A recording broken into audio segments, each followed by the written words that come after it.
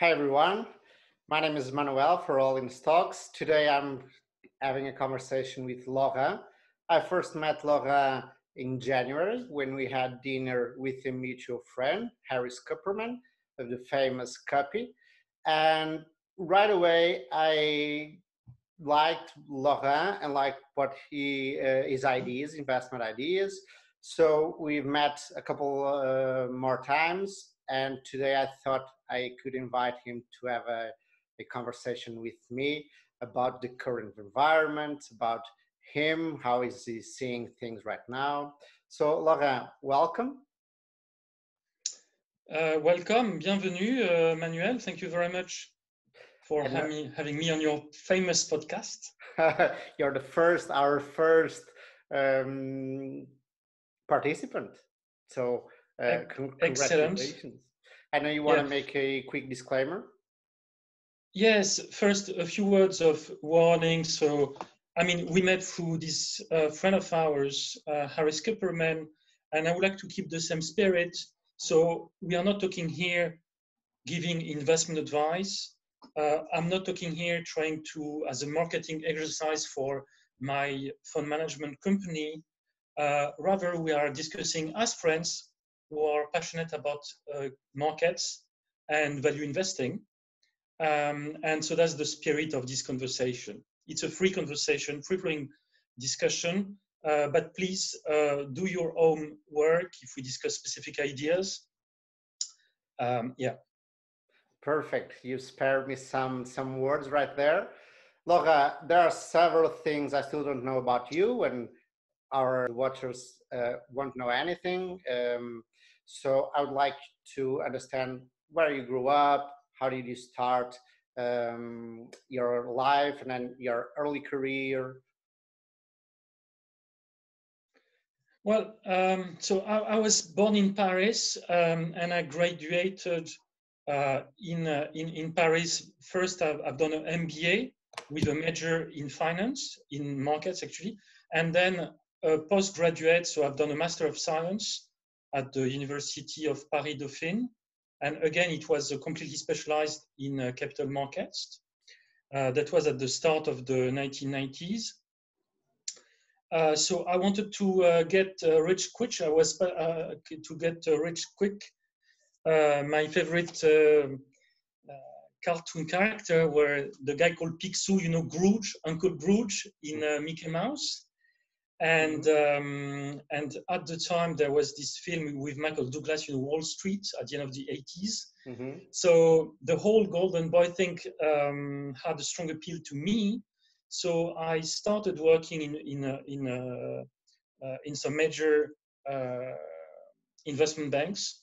So this career did span about 20 years, in fact, with bulge bracket investment banks like Morgan Stanley, UBS, Bank of America Merrill Lynch. That was in London.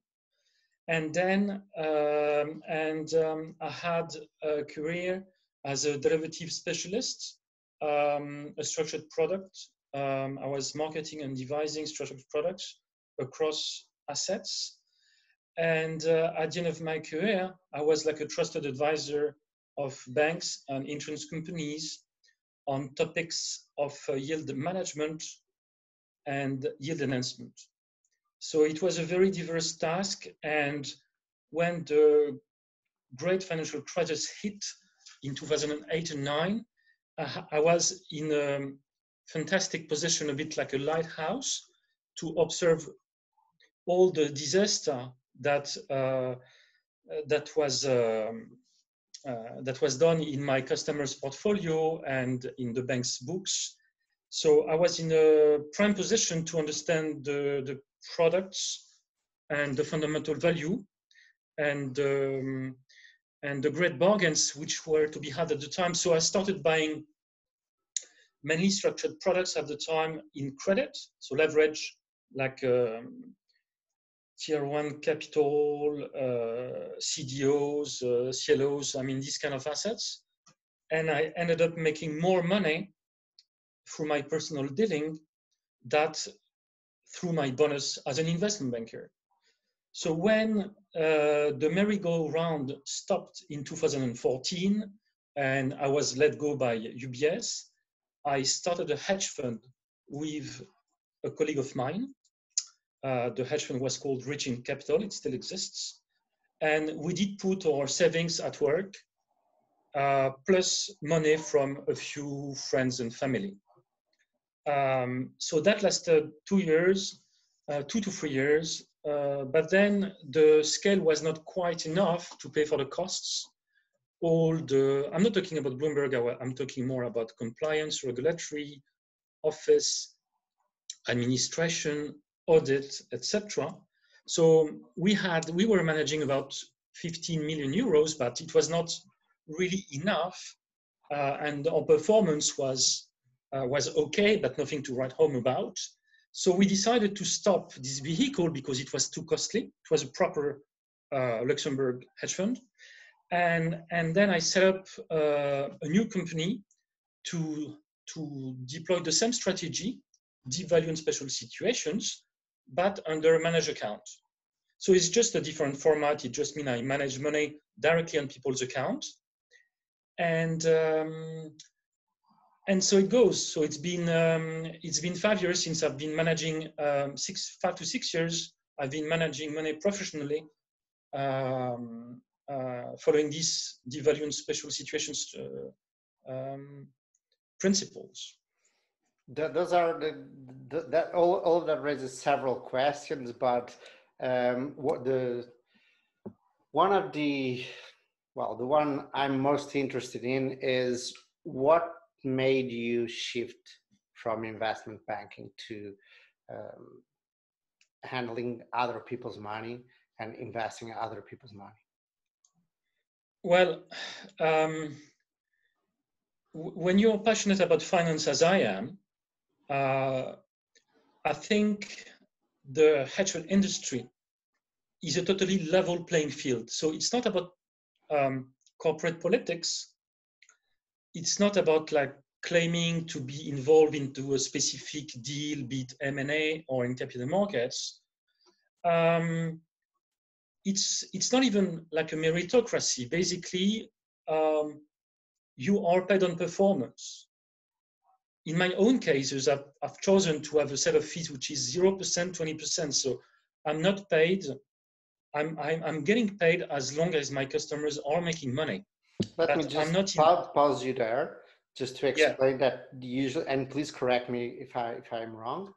Usually the fee structure is 220, which means 2% of assets under management is a fixed commission for the manager, and 20% above 30% on performance, which is usually above some minimum.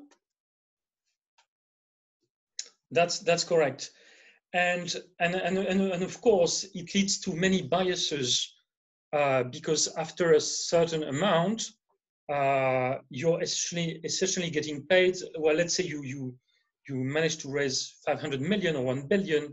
Well, the manager's tendency is to try to hold the assets, so he knows that he's going to have a 2% flow of income no matter what, even if he loses money. Yeah, absolutely. And I think that's totally biased and it's totally not my style. So I want to offer something totally pure where I am actually financing all the costs which are involved here, but I'm being paid 20% of the performance with a high water mark. The high water mark means that I need to get back to the highest level that the fund has reached before I start making money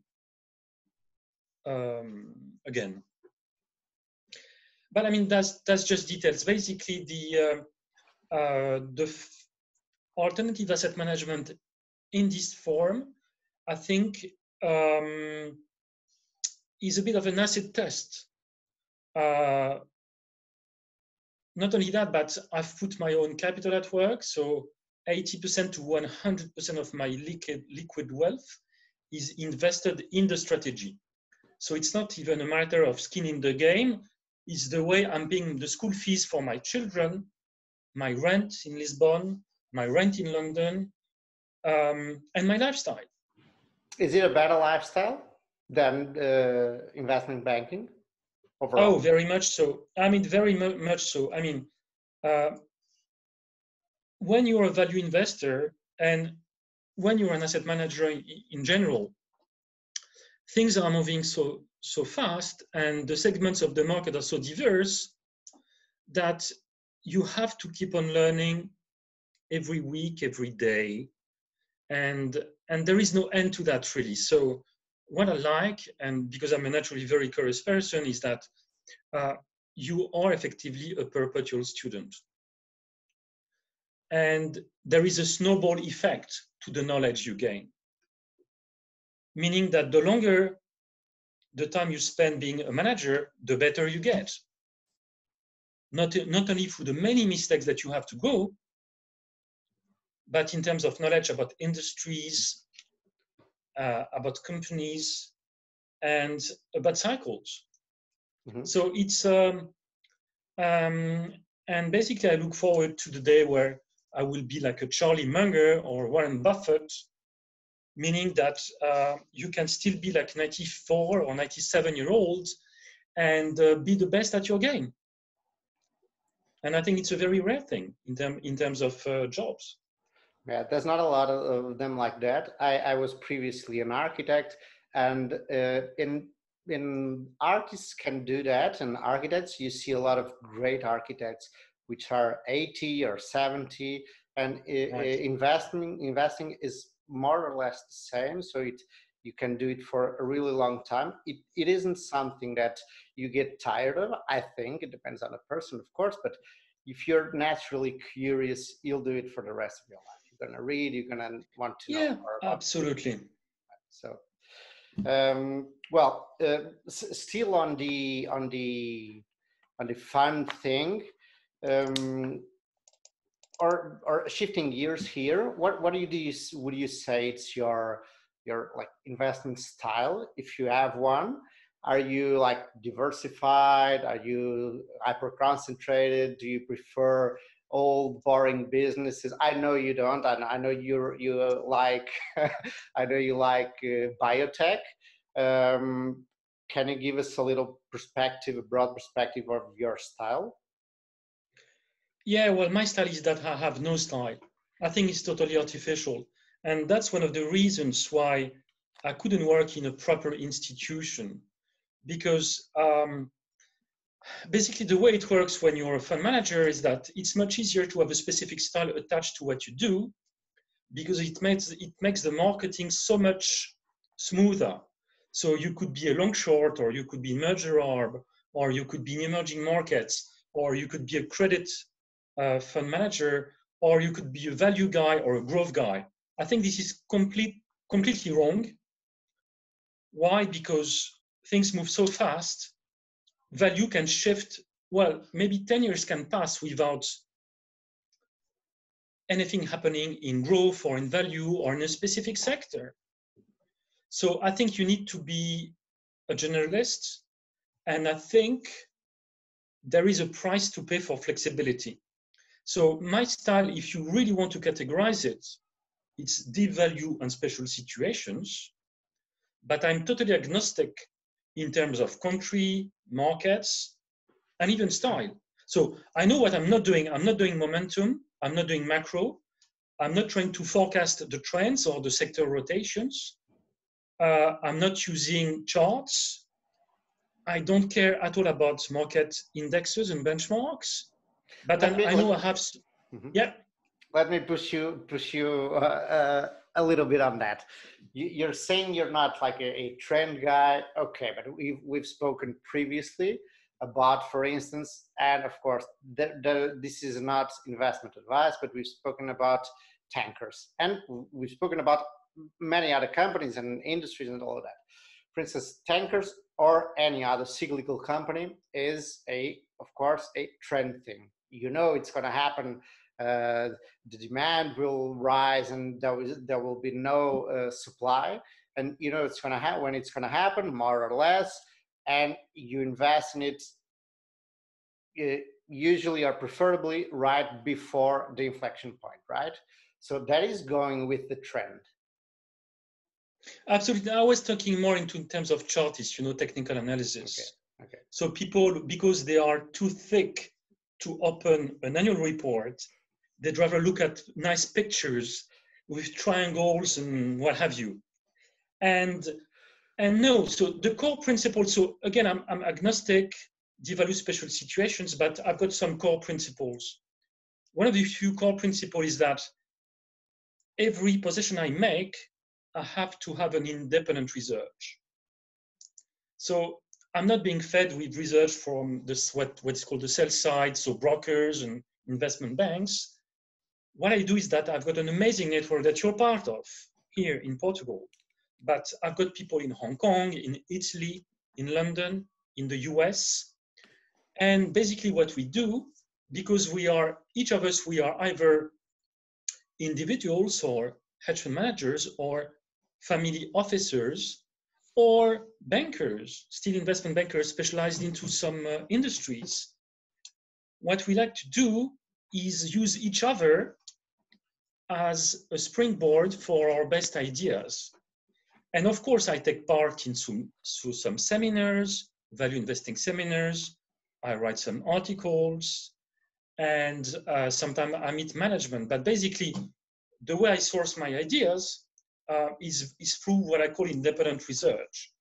And it's, I think, even part of a new paradigm, because as you know, with MiFID, all the research that was existing before has been seriously affected. So people need to pay for research now. And I think there is immense value and immense quality when the research is buy side, meaning people who have their own money at stake, who are truly independent, and people you can trust. So there is no conflict of interest. The only challenge is more actually to filter through the noise and find out amongst the people who produce research, the one that you can follow and be sure they have done some proper work and due diligence. So first principle, independent research. And then there are some others which are akin to other value investors, like the margins of safety. And the third one, which is more peculiar to me, is what I call positive convexity. And that's because of my background as a derivatives expert. What I want to do is make a lot of money when I win and not lose too much when I'm wrong. And the way I see it is that I want to take a lift on the way up, but I want to take the lift with a parachute on the way down. So that's for me positive convexity. Mm-hmm. You've touched several good points. One of those is your network of fellow investors. We've talked about this previously, and I'm slowly building my own network of fellow investors. Yeah. You're one of them, and you can source several good ideas from people you trust, whose work you trust, that have done the work previously. Of course, you're going to do your own work, but it's much better than trying to find things for yourself. That's one thing. Do you frequently? What other ways do you go about finding companies? One is through network from your fellow investors. Which others do you prefer? Well, I combine top down and bottom up. 8 times out of 10, I invest after a dump, after a crisis, after a crash. And so typically, let's say, I don't know, Russia, there is a ruble depreciation. And then after that, I'm trying to filter through the debris of the crisis to find out the companies with the best balance sheets who are survivors and who have been thrown with the water's bath, baby thrown with the bath's water. And so the typical process will involve this really. A big crash, a big event, and either some idiosyncratic company or product, or whole sectors where I'm trying to find the best of the bunch. And then are you quick to make your own analysis? Do you, how deep do you go, or how long do you take on average? There is no average, but I can say that it takes many days. Sometimes it takes years. But again, it's a snowball effect. So in the case of shipping, for instance, which I've studied for maybe 4 or 5 years, I don't know, I did attend maybe 5 seminars. I've read books like The Shipping Man. I actually have specialized brokerage research because shipping is a very specialized area where you need to have data points which are not widely available.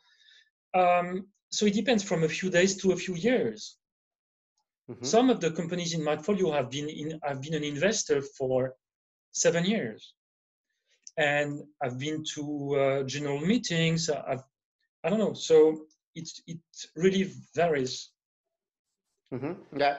But sometimes the investment case is so obvious, and that's one of the principles I try to adhere to. Those are the best, right? Yeah, they are. Well, don't get me wrong, I like complexity, and there is value to be found in complexity. Again, people are very lazy. Mm-hmm. That's why biotech is a good hunting ground, and that's why structured credit was a good hunting ground, because there is a barrier to entry, if you want.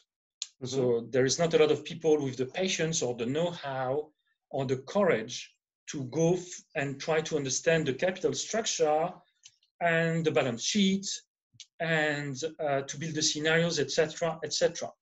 There are 2 examples that I'm currently, well, it's an ongoing process, as you said, and one is Orca exploration. Both of them I sourced from you, and Aercap, the biotech company. And both of them are really hard, really hard to the quick thesis on, for instance, Orca is you gave it to me, and it's quite easy. It has this cash, you can buy it for less than the cash. Yeah. It's super easy. But then when you go in and you understand how all of that works, the profit sharing agreements with the government, the et cetera, it's really hard to get into. And I've looked at it recently, and I was trying, or I thought about writing about it, and it's going to take me a lot of time writing about it. I know. Well, there is, if it was easy, my friend Manuel, everybody would do it. Yeah, exactly.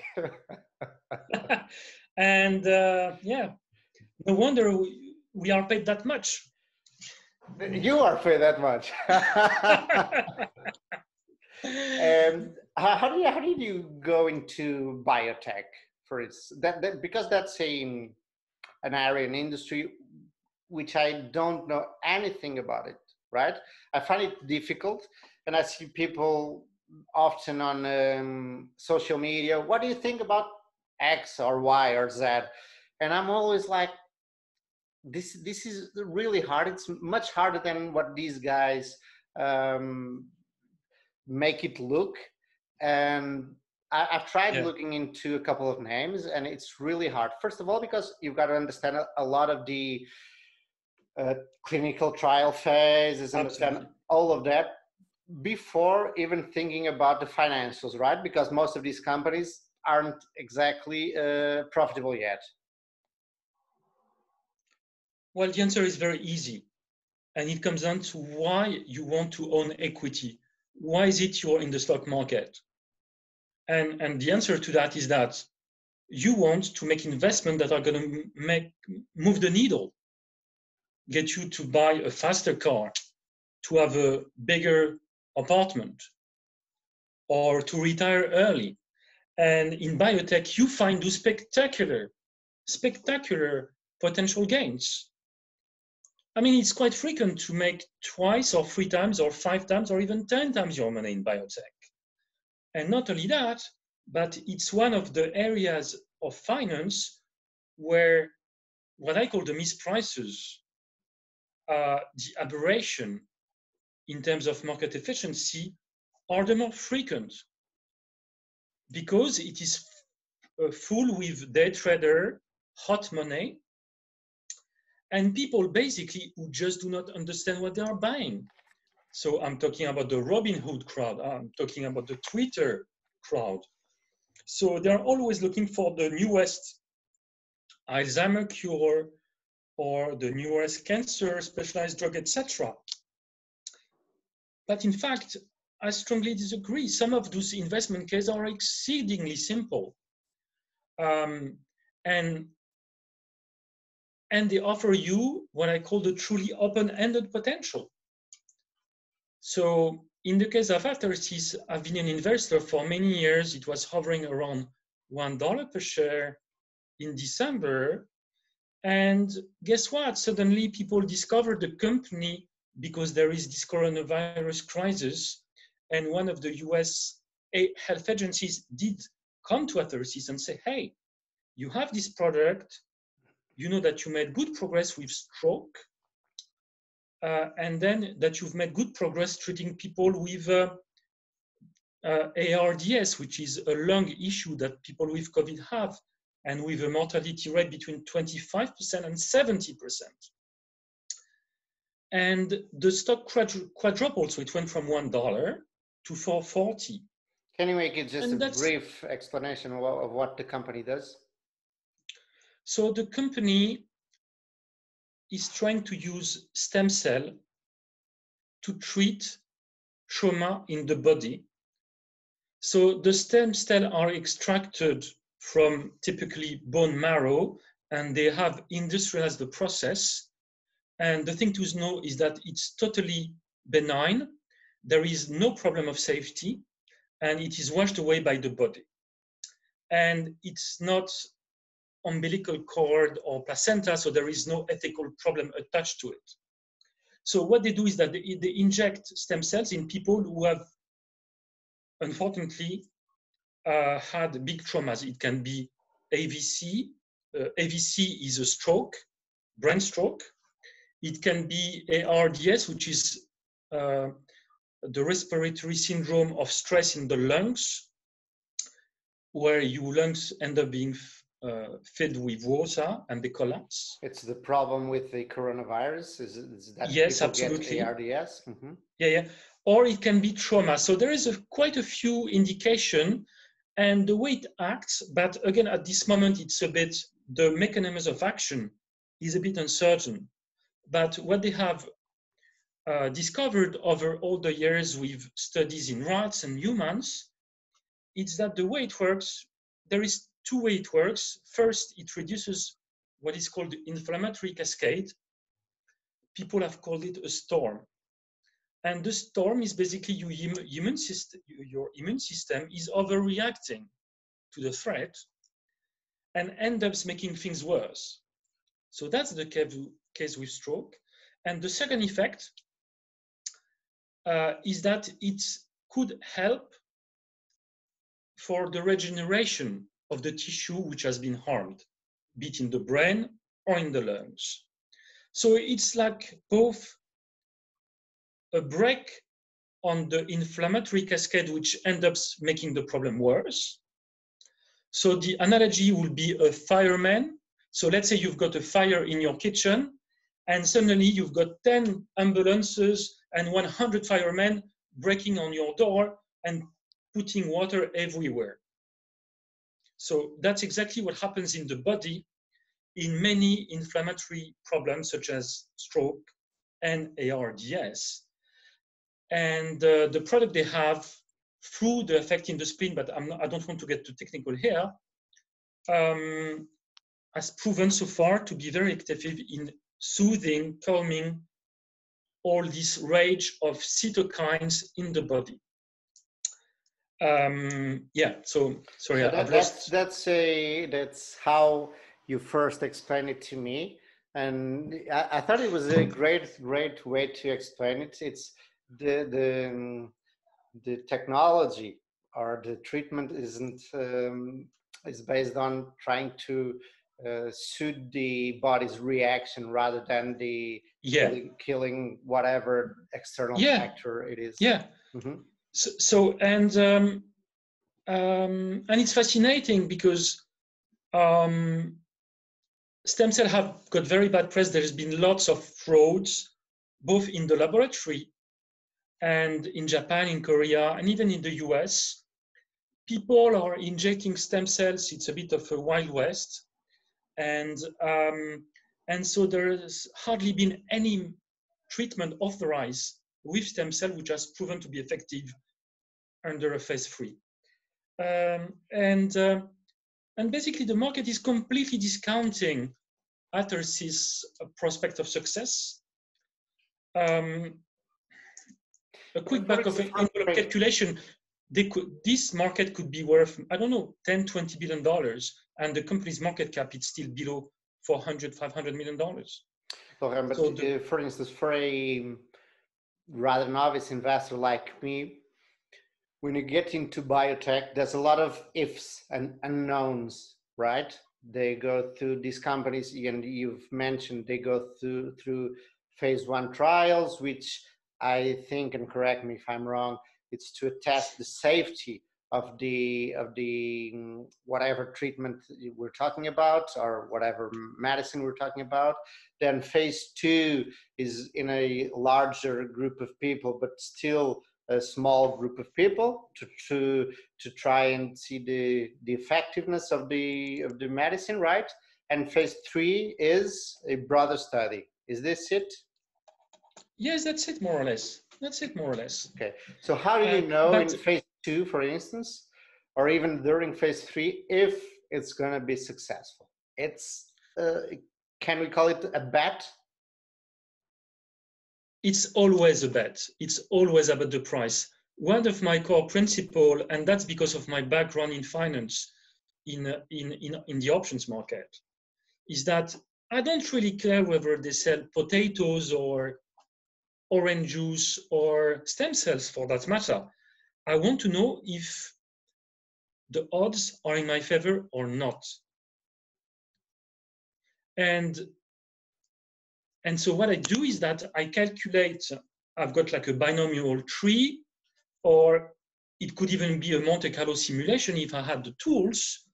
And then I derive the implied probability that the market is putting on the product being put on the market. If it is far too low against what I believe are the chances of approval, then I consider buying it. How do I make a conviction that the odds are higher? It's through looking at phase 1 and phase 2 in great detail. And there's not many companies where I can do that. If you take cancer, for instance, it's hellishly complicated, let alone Alzheimer. But in some cases, I've got a problem with my video. In some cases, the theses are simple enough for anybody with some basic science background to make up their mind. It's not so hard. I mean, reading a trial is not so hard. How do you recommend novice investors that want to get into this space, to biotech? Where should they start? I don't recommend they would start. Yeah. Okay. If they want to start. I think it's a bit like value investing. You cannot force it on people. It's a bit like a vaccine. Some people are immunized, you know? Mm-hmm. You may, even if you hammer down the point that it's cheap and that it's an amazing drug, they will never have the courage and the patience and the will to study the case. I know, but people that understand that there are have a small understanding of the area of the industry and think that it can be a great idea to get into that space, to specialize in that space. Where should they start? For instance, for understanding these clinical trials, all of this. Is there, for instance, in shipping, you have Shipping Man, you have several books where you can start reading? I haven't. Well, I think it's well. Let's be honest. It's a very hard process. So I think you need to start with a company with just one simple drug, like a mono drug, a one horse bet, if you want, or a one trick pony, and get to down to the detail of the phase 1 and phase 2, and try to see whether it makes sense for you. Mm-hmm. But first and foremost, you've got to understand that the attributes of the industry are much better than people think. People are scared because they don't understand that me as a value investor, I would invest into a biotech company without any sales, Mm-hmm. and which trades in terms of multiple of sales. But I think that's completely wrong, because value and growth are joined at the hip. And when a company is valued, let's say, at 3 or 4 times sales, it's because in biotech and in pharma, the margins are so big and the leverage is so big that, let's say, a drug costs, I don't know, $50 to produce and is being sold for $3,000. So basically, reasoning in terms of multiple of sales is exactly the same as reflecting in terms of price earnings, because the top line flows directly into the free cash flow. Mm-hmm. And so that's one of the attributes. The other attribute is that those companies have typically spent a decade coming to the market. So what I do is that I dig out in the financial reports the sunk R&D. So it's one way to measure also what you're buying, is to calculate how much research and development has been spent by the company so far and at what price you're buying it. The other thing, maybe I should have answered that first, is just to try to see what Baker Brothers, Perceptive Advisor, Aercap, BVF, basically the biggest firms who specialize in biotech are buying. And you will find some interviews of Joseph Endelman, Perceptive Advisor, or the Baker Brothers for that matter, and which are quite fascinating, where in some rare cases, they actually go through the investment thesis. Mm-hmm. I found it when I was starting, the one great way to understand new industries, new companies, was to read what other investors had written about Yeah, it, and that's a way that you understand their process, what they look, where do they stop and really yeah, dig deep and all of that. Okay, now yeah. changing gears. Yeah, do you want to say anything else? Please go Yeah, I mean, I could go on and on about biotech. I mean, it's got pricing power, population is aging, on. population is getting more obese. You've got peer-reviewed, the science is peer-reviewed. So quickly, when you, it's not only the company reports, it's like the New England Journal of Medicine and Lancet, etc. I mean, you've got all this. You've got, it's evidence-based science, and it's amazing pricing power, which is what you want. All these years of decades of research, when they come to markets, when they come to fruition, it's totally unelastic, if you want. And actually, in the US, it's one of the reasons why it's heavily criticized, is because these companies can put any number of the drugs they sell in some cases. And it's non-cyclical, which is precisely what you want at this day and age. You don't want to have, to some extent, you want to immunize your portfolio against markets which are too frothy and businesses which are dependent on global GDP. Mm-hmm. Yeah, the worry for young novice investors is that the further back you go in the product development of a company, the harder it is, right? You know, and I always talk about, and people always talk about Coca-Cola. Coca-Cola is there, you know, the product, it doesn't change. People will still buy Coca-Cola. When you go back to product development and especially in health, that you've got to really be sure it works, and It takes a lot of time to come out to the market. It's not a soda, a new drink. It becomes harder for an investor to understand and harder for an investor to make educated guesses. So it's not for everyone or not for every stage of an investor's life. Yeah, absolutely. What are you seeing right now that you're liking? Well,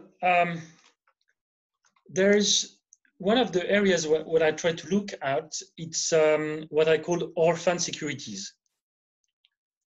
So sad stories, and there is a sad story that I think is going to have a happy ending.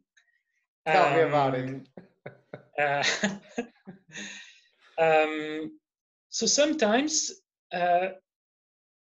companies are quoted in the wrong market. So I'm talking about GAN PLC, for instance.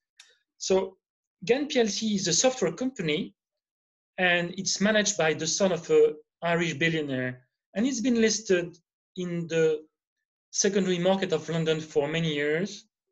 And it was a completely neglected company up until they decided to make software for the casinos in the US. And what's happened a few years back in the US is that the US has started to legalize online gaming and spread betting and sports betting, not only in Nevada, like Las Vegas or Atlantic City, New Jersey, but in Virginia, in Connecticut, in Pennsylvania. And this market is a booming market. Basically, as soon as you open online gaming, there is a fraction of GDP which goes towards betting, online betting. It's automatic. The market is expected to go from a few $1 billion per year to maybe $20 billion in the space of 5 years. It's a booming market. And GAN provides software, B2B, to either the casinos or the people who own the platform where people go and gamble.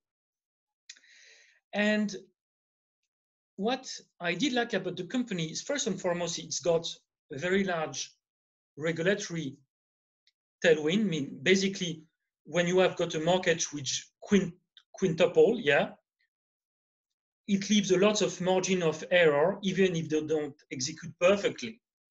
They will get, hopefully, a nice share of the pie because the pie is growing manifold. Second, it's a profitable company. It's got no debt. The EBITDA is positive. The growth has been 100 to 300% per year.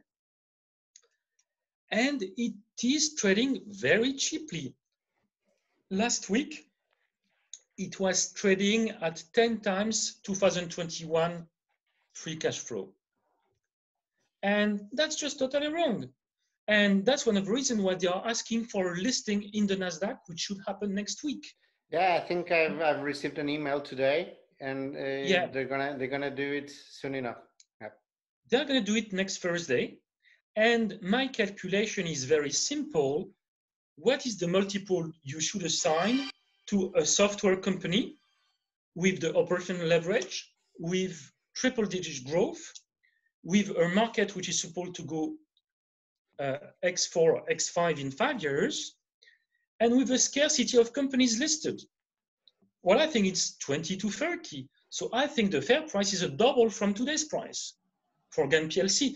And one of the reasons why it's so cheap is that it almost trades on appointment. It trades with a system which is completely, don't get me started, which is completely silly, of market makers who aggregate the bids and the offers and who scheme, of course, a bit of margin on top.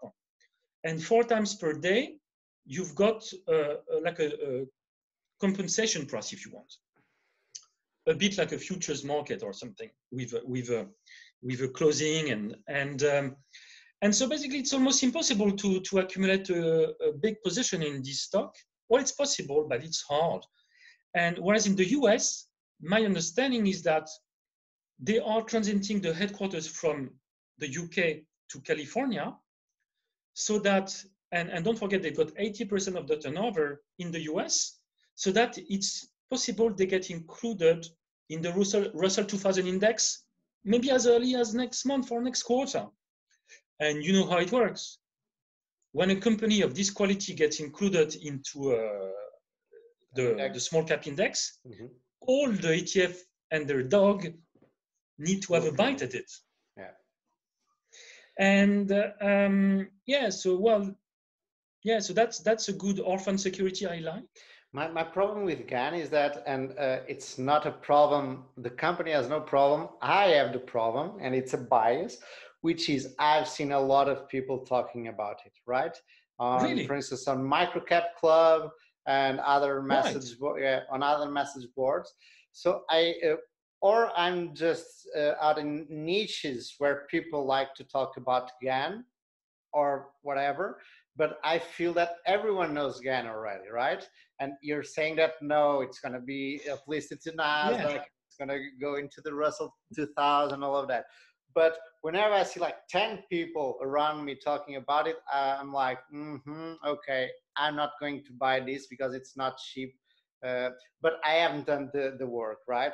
This is just a bias, and I haven't done work, so I might be probably I'm completely wrong, and you're proving it to me that I should look at it. You need to, you just need to value it on your own without being influenced by the number of people you've seen into those clubs you mentioned. Yeah, exactly. That's one of those things I've got to work on. Yeah. Any other industries that you're liking right now? By the way, did you see Aercap today went up 20%? I haven't seen any news. I don't know why. I'm not sure if people will that the people that are watching this will. No, there were some big news today, Emmanuel. I didn't find it. Which one? Gilead. No, you know this. All the world was expecting some important trial results from Gilead on remdesivir, one of the potential treatments for COVID. And the sort of top line results were positive, which was a big sign of relief. So all the tourism stocks like hotels and travel have gone up today because there is hope for a treatment. Okay. Well, the hope for the treatment has never vanished, right? So, okay, it's one of those. So it's not specific to Aercap. No, it's not. No, quite the contrary. The news were very bearish on Norwegian Airlines, Lufthansa, Air France, Boeing, Airbus, Virgin Australia. No, it's been quite a series of very of restructurings and it's not the news headlines are not positive for Aercap, that's for sure. I would like to, well, we could go on talking for hours, but I think what I would like to know is that we had a big crash recently. I imagine that you've suffered as anyone else. And did you take any lessons? What lessons did you take from it? And how are you, if you are rebalancing your portfolio, what do you take out of this? Well, for me, it was nothing out of the ordinary. I've lived through so many crises over the last 14 years and even before that, what I've done is that from February to March, I was fully invested. End of February, beginning of March, I went out 50% in cash.